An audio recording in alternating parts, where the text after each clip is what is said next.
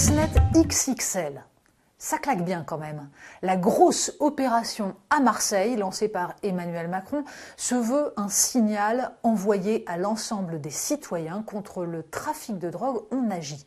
Et puis, en plus des 900 policiers, gendarmes, douaniers déplacés en une seule journée, en plus des arrestations, en plus des opérations contre les points de deal, Emmanuel Macron a choisi les mots qui fâchent. Notamment quand il explique qu'il a décidé de rendre impossible la vie aux familles de guetteurs. Et là, on replonge dans les débats habituels. Le message est clair, responsabilité, volonté d'affirmer l'autorité, on ne laisse rien passer.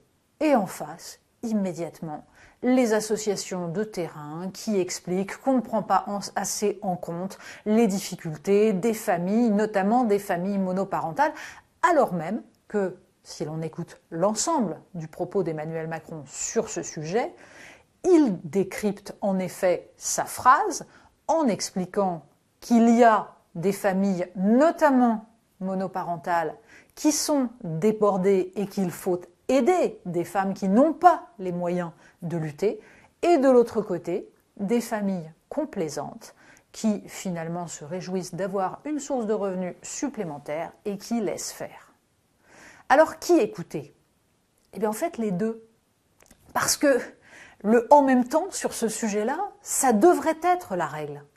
Et c'est là que le bât blesse. La grande opération de déploiement de forces de police, l'idée de l'autorité de l'État, c'est évidemment nécessaire et il faut que force reste à la loi, ce qui depuis longtemps n'est plus le cas. Ça fait trop longtemps que l'État a renoncé, a cessé de se battre et ne donne pas les moyens aux policiers de lutter. Mais dans le même temps, il faut se poser la question de savoir comment on concurrence l'appât du gain offert par les dealers. Comment on fait en sorte que ces quartiers offrent autre chose qu'un avenir de chômeurs ou de guetteurs. Il y a un travail d'éducation, il y a un travail d'infrastructure.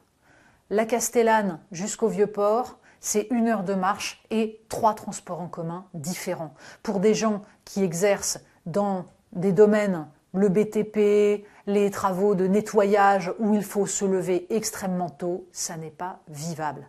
L'État doit être là et pas seulement les forces policières. Mais les forces policières doivent être là et avoir les moyens. Bref, cette espèce d'hémiplégie permanente, de façon de ne voir que d'un côté ou que de l'autre, c'était finalement ce contre quoi était censé lutter le macronisme. C'était même la dimension intéressante du macronisme en 2017. Visiblement, le macronisme, depuis, a choisi de parler davantage aux électeurs de droite, aux retraités qui, de fait, constituent désormais la base de son électorat, en oubliant que si la République doit revenir dans les territoires perdus, c'est une République sociale et c'est la seule façon de lutter sur le long terme.